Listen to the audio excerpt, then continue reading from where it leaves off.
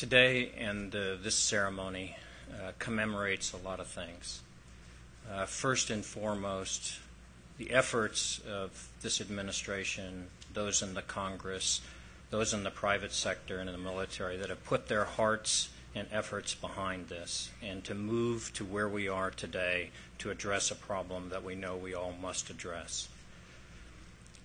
Combat changes people. It changes the members of the service. It changes their families. It changes the communities they live in.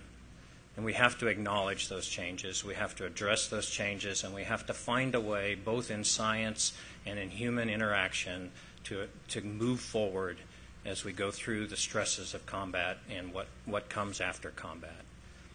I, the senior leadership represented here from the services, certainly feel a debt and a need and a requirement to address this. And this activity, this enterprise that mixes both the commitment of those in the administration, Congress, and the military and the private sector, and the generosity of those that are up on this podium today to go after this issue. We all are committed to making sure this is not just a short-term flash in the pan. We are committed to making this work, to addressing every problem that we can find and that we can go after. And General Sutton, you are going to have an incredible number of bosses. But we are committed. This is absolutely essential. It is overdue. It is something that men and women in uniform deserve, not only from the current conflict, but from past conflicts. And I cannot tell you how much it means to see the people that are here today, who they represent, the private sector doing what it's doing here today and what the Fisher Foundation has done all over the country and all over the world. We all owe you a debt that we'll never be able to repay. But we also owe the men and women in uniform that go forward into conflict and represent this nation's greatest treasure, our youth, that part of our youth that is willing to serve this country and serve something larger than themselves. Thank you so much for being a part of this ceremony. Thank you for what you will do in the future and the hope that this institution and this ceremony brings to many. Thank you.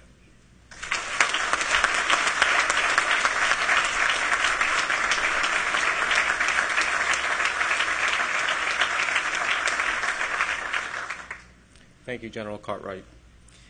It is my honor to welcome an outstanding advocate for America's millions of veterans and a strong supporter of the Intrepid Fallen Heroes Fund. He is the principal advocate for veterans in the United States government and directs the nation's second largest cabinet department, responsible for a nationwide system of health care services, benefit programs, and national cemeteries for Americans' veterans and dependents. The Secretary of Veterans Affairs, the Honorable James B. Peake. Thank you.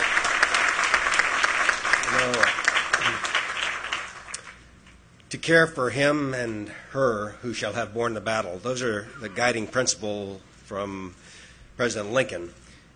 And I think that's really why we are all here together today. It is a privilege to be on this dais, to be representing the Department of Veterans Affairs here shoulder to shoulder with the uniformed and the civilian leadership of the greatest military this world has ever seen. Recognizing really our common mission in caring for our wounded warriors, and in the process highlighting first the tremendous contribution that this world-class facility and the world-class institution that it will house, an institution of caring and inquiry, of education and of compassion, the contribution that it will make to the continuum of care for our wounded warriors. We also are here to express, I think, together a profound appreciation for the Intrepid Fallen Heroes Fund and, frankly, to some of the heroes we all know in this room, and that is the heroes of the Fisher family that have made this possible. Arnold and Ken, it's been a delight to be your friends over many, many years. Many of you know them because of the physical structures that are across our posts and camps and stations and across our VA campuses, homes that really are visible symbols of caring, and the Intrepid Center in San Antonio. But frankly, they do so much more below the scenes and below the radar, less visible and really in supporting our soldiers, sailors, airmen, and Marines around the world.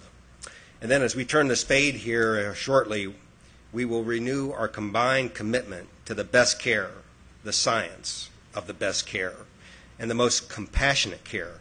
And this Center of Centers really recognizes the family as part of that healing process. And so we've heard 2 and 3 now Fisher houses that will be dedicated to that support. You know, across the VA, I really have the privilege of going out and meeting folks from World War II and the Korea era and the Vietnam era.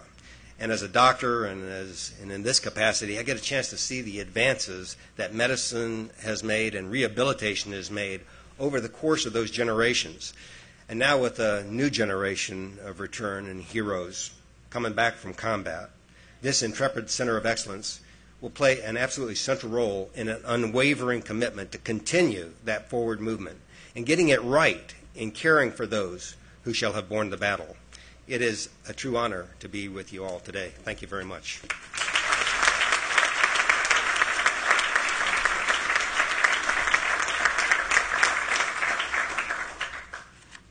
Thank you, Secretary Peake. Now it is my pleasure to welcome an outstanding defense leader and tireless advocate for the well-being of our men and women in uniform. He began his long and distinguished career in public service at the Central Intelligence Agency in 1966 and spent nearly 27 years as an intelligence professional, serving 6 presidents. In December 2006, he assumed his current responsibility as our nation's senior defense leader, the principal defense policy advisor to the President, responsible for all matters of concern to America's defense. I am honored to introduce the Secretary of Defense, the Honorable Robert M. Gates.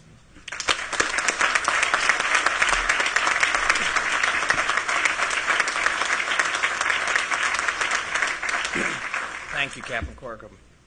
Secretary Peake, Secretary Winter, General Cartwright, General Cody, other distinguished guests. I would like to start by acknowledging, as others have, the extraordinary contributions of Mr. Arnold Fisher and Ken Fisher. The generosity of the Fisher family and the Intrepid Fallen Heroes Fund has made a profound difference in the lives of U.S. troops and their families across the country.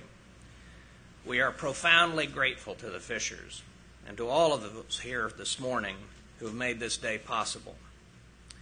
You know, there are different kinds of heroes, and in my book, Arnold and Ken Fisher are heroes, especially to every man and woman in uniform, and we salute you.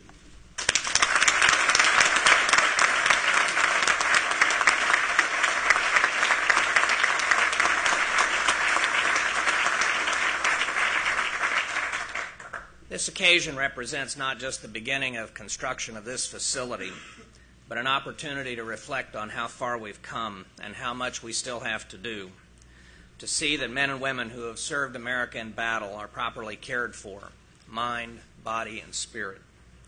The need for this world-class facility has never been more pressing or more important. All wars are terrible in their destructiveness and human cost. The conflicts in Iraq and Afghanistan have presented a unique mix of injuries, stresses, and strains on the men and women of the armed forces.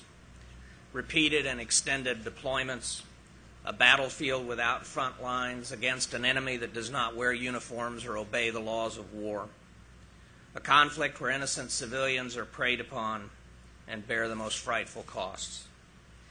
And as in every conflict in America's history, many of our troops have returned bearing the scars of war, scars both seen and unseen. These invisible wounds are in many ways more pernicious, more grievous, because they are not readily apparent and have not always received the attention they should.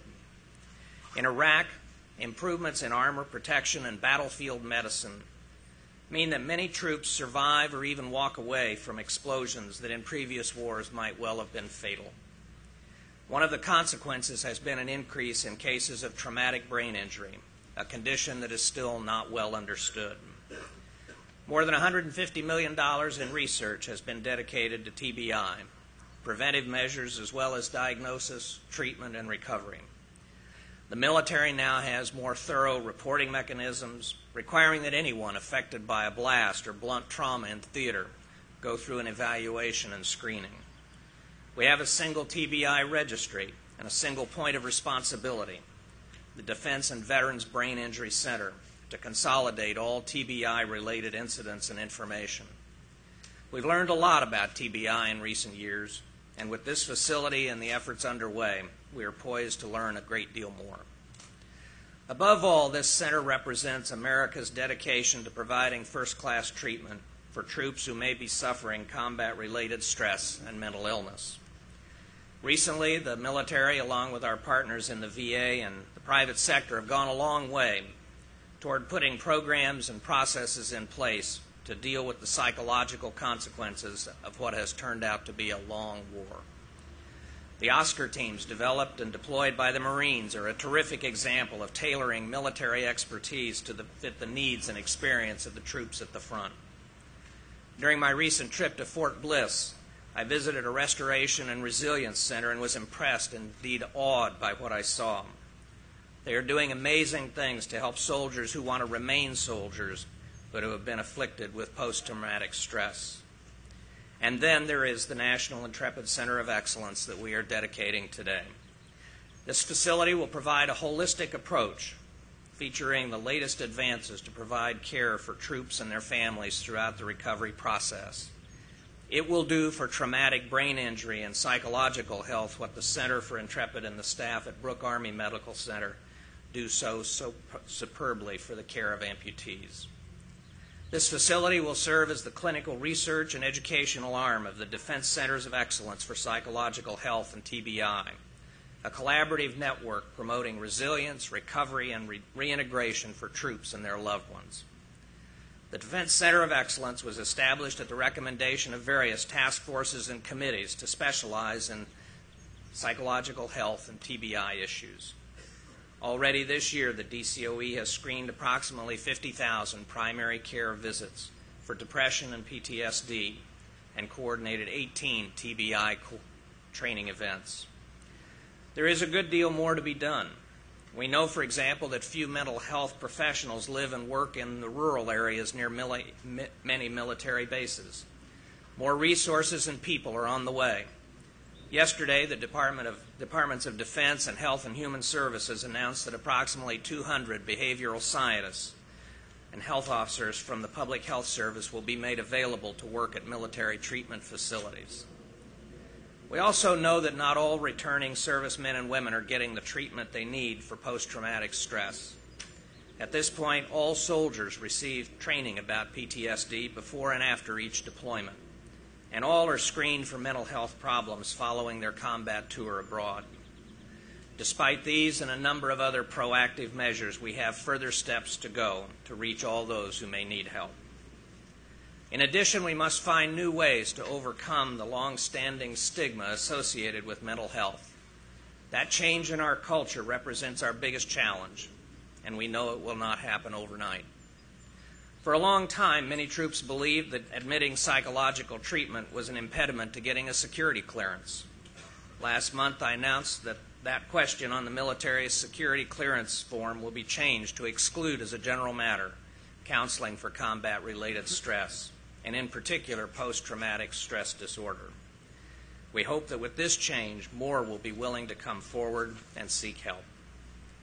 The main point is to do everything we can to ensure that the inevitable anxiety and stress from combat does not turn into something tragically worse. And time and again, we have learned that the number one factor in determining success or failure in these areas is leadership, compassionate and proactive leadership. During my visit to Fort Bliss, I spoke to the Sergeants Major Academy, where I emphasized that the senior NCO Corps has a special role to play in seeing that enlisted men and women in their charge feel comfortable getting the help they need. Admiral Mullen has spoken out clearly and forcefully, as have the other service chiefs, to send the message down the line that the psychological health of the troops and their families is a command responsibility. I would like to close with this thought. The conflict we are in is the longest America has waged with an all-volunteer force since the Revolutionary War. At the heart of that volunteer force, is a contract between the United States of America and the men and women who serve in our military. A contract that is simultaneously legal, social, and indeed sacred. That when a young American steps forward of his own free will to serve, he or she does so with the expectation that they and their families will be properly taken care of should something happen on the battlefield. After the wars themselves, I have no higher priority. And this superb new center will be a living reminder that America honors that contract and keeps faith with those who have sacrificed so much for all of us. Thank you.